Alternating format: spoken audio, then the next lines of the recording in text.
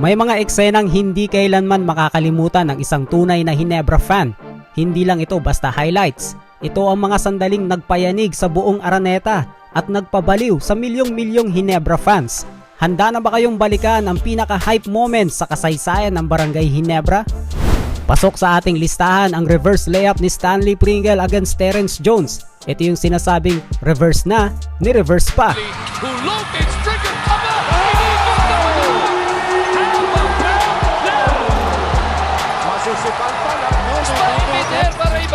This one is fantastic. Susupat pa rin talaga niya. Wow! Yan! Pasok din sa ating listahan ang binansagang tamad shot ni H-Bomb Rudy Hatfield. Oh! Early! Oh! Rudy Hatfield! Live! Nakahiga! Pang-horse yun eh, di ba? Wow! Ang sulit naman tong laro na to. We've seen so many things happen.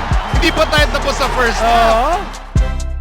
Sunod naman sa listahan natin ang Christmas Miracle Game ng Barangay Ginebra against Star Hotshots.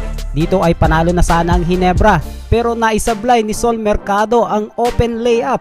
Mercado in the front race! Oh, in the Sol Mercado hindi papasok! We go to overtime! Can you believe it? Possibly in overtime. Nakita natin. Ang hindi ko maintindihan. Hindi nag-adjust ang Star Hotshots. Si Rafi Rivas ang nag-inbound na naman. And from Rafi Rivas, I don't think you'll see him inbounding the ball again for Star Hotshots in overtime.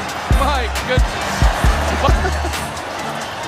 Pasok din sa ating listahan ang 3-point barrage ni birthday boy JJ Halterbrand sa kanilang final series versus Meralco Bolts. And that resulted of course in a 39 explosion.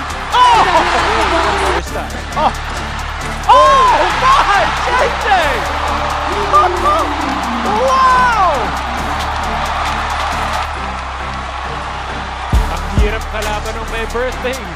Para naman sa ating huling listahan ay si Mr. 110% H-Bomb Rudy Hatfield sa kanyang famous interview matapos manalo ng Barangay Ginebra sa isang championship game. Even when I was down, and that one person of course is myself. I thank myself, Rudy Hatfield. Rudy Hatfield came to this league. He said he was going to win. He kicked down the door. He beat everybody. Like he said, if you all wanted to give up earlier, you should have, like I told you. But no, you want to do it the hard way.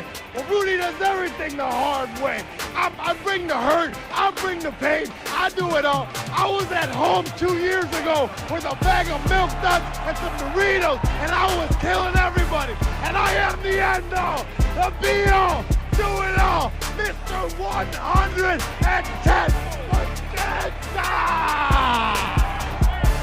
Wala na akong masabi. Natameme na ako. Tanungin na So yun mga paps no, sana na-enjoy nyo ang ating video at please like and subscribe na rin kayo for more PBA updates at sa mga ganitong klaseng content.